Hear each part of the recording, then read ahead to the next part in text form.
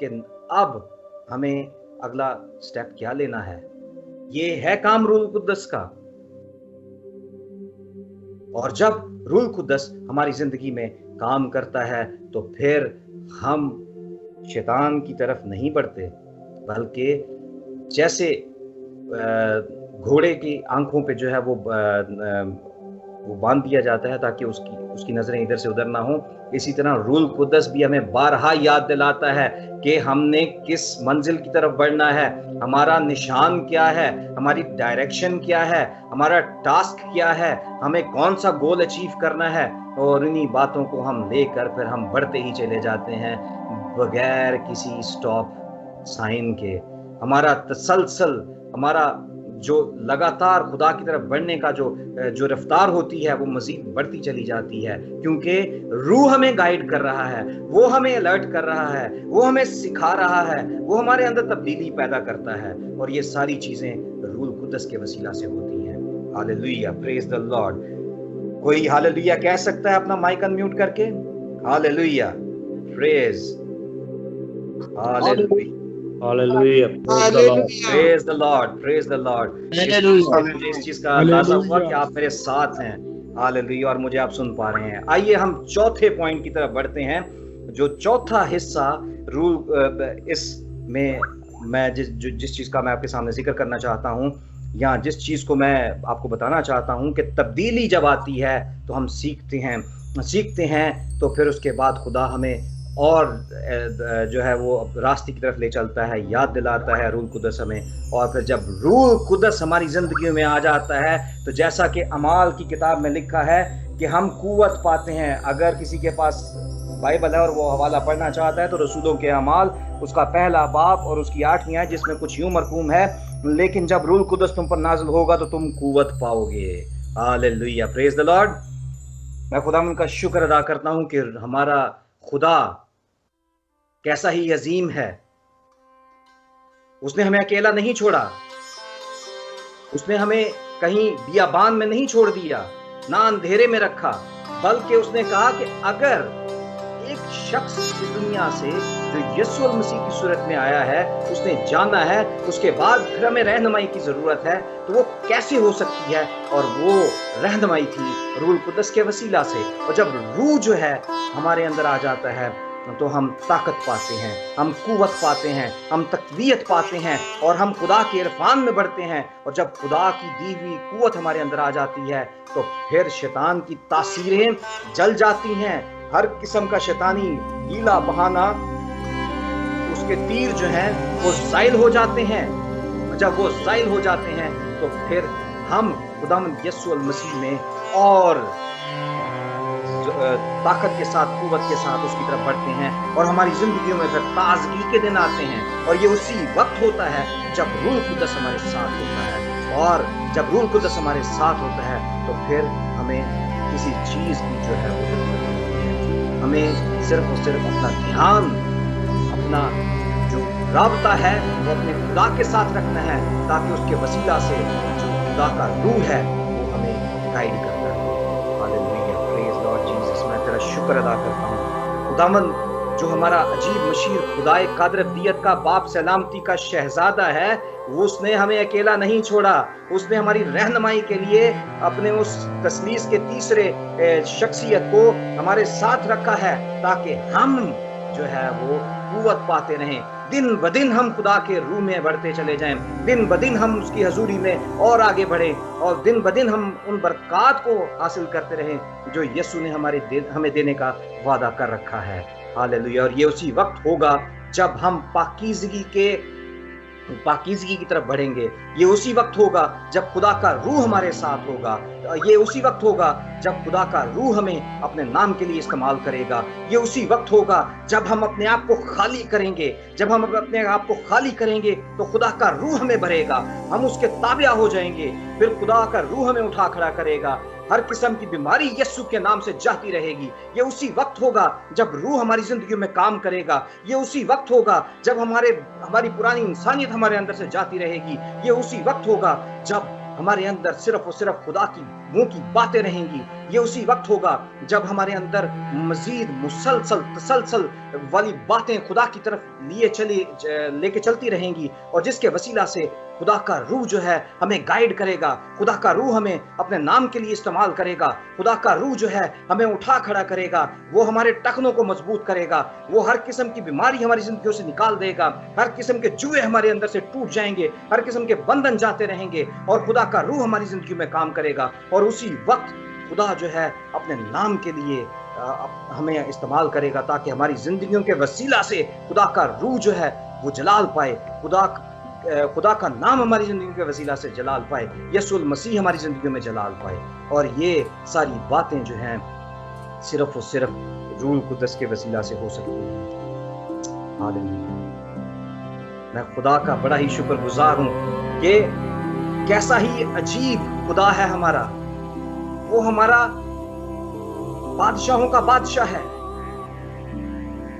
ہم دیکھتے ہیں کہ دنیا داری میں اگر کوئی ہم پہ بادشاہ بھی ہے وہ بھی بھول جاتا ہے ہمیں، لیکن ہمارا خدا جو ہے وہ ہمیں بھولتا نہیں ہے، اس نے ہماری صورتیں اپنی ہتھیلیوں پہ کھود رکھی ہیں تاکہ وہ ہمیں ہر وقت یاد رکھے، اور یہی وہ ہم سے چاہتا ہے کہ ہم بھی خداوند یسوع المسیح کے نام کو جلال دیتے رہیں، اور ہماری آنکھیں ہمیشہ اس کی طرف لگی رہیں، اور روحانیت میں جو ہے ہم خداوند کے نام کو جلال دیتے رہیں، اور روحانیت میں ہم بڑھتے رہیں۔ عزیزو، آج جو لمحے فکریہ ہے یا آج کے کلام کا جو لب لباب ہے، جس چیز پہ آج ہمیں غور و خوض کرنا ہے، وہ یہ ہے کہ آیا کہ میں آج وہاں پر کھڑا ہوں جہاں روح مجھ سے بات کرے؟ کیا آج میں اتنا پاک ہوں کہ خدا کا روح مجھ میں آئے؟ کیا میں تبدیل ہو چکا ہوں؟ کیا میں خدا کے کلام کی باتوں کو سیکھتا ہوں؟ کیا میں اس کی یسوع کی بھی منادی کو یاد رکھتا ہوں؟ کیا روح القدس کی قوت میرے اندر موجود ہے؟ اور اگر ہے تو میں اس سارے کام کو احسن طور پر نبھا رہا ہوں؟ کیا میں لائق طور پر خدا کے نام کی ستائش کر رہا ہوں؟ کیا لائق طور پر میں خدا کے نام کو جلال دے رہا ہوں یا نہیں؟ اگر نہیں تو آج اپنی زندگیوں پہ غور و خوض کریں، اینالائز کریں کہ کمیاں کہاں پہ ہیں، اسیس کریں اپنے آپ کو، اور اس کے مطابق آپ ایکشن پلانز کو ترتیب دیجیے کہ میں کس طرح خدا کی حضوری میں اور بڑھ سکتا ہوں، تاکہ خدا کا دیا وہ مددگار جو اس نے اپنے شاگردوں پر نازل کیا تھا، وہی مددگار آج ہم پہ بھی نازل ہوتا ہے، وہی مددگار آج ہماری بھی رہنمائی کرتا ہے۔ آج اس کی رہنمائی حاصل کرنے کے لیے تیار ہو جائیے۔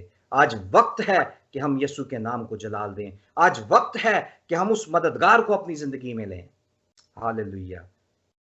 میں دعا گو ہوں کہ آج کا یہ زندہ کلام جو خدا نے آج ہمیں دیا ہے ہم میں برکت کا سبب بنے، اور اس کے مطابق ہم پھل لانے والے ہوں۔ آمین۔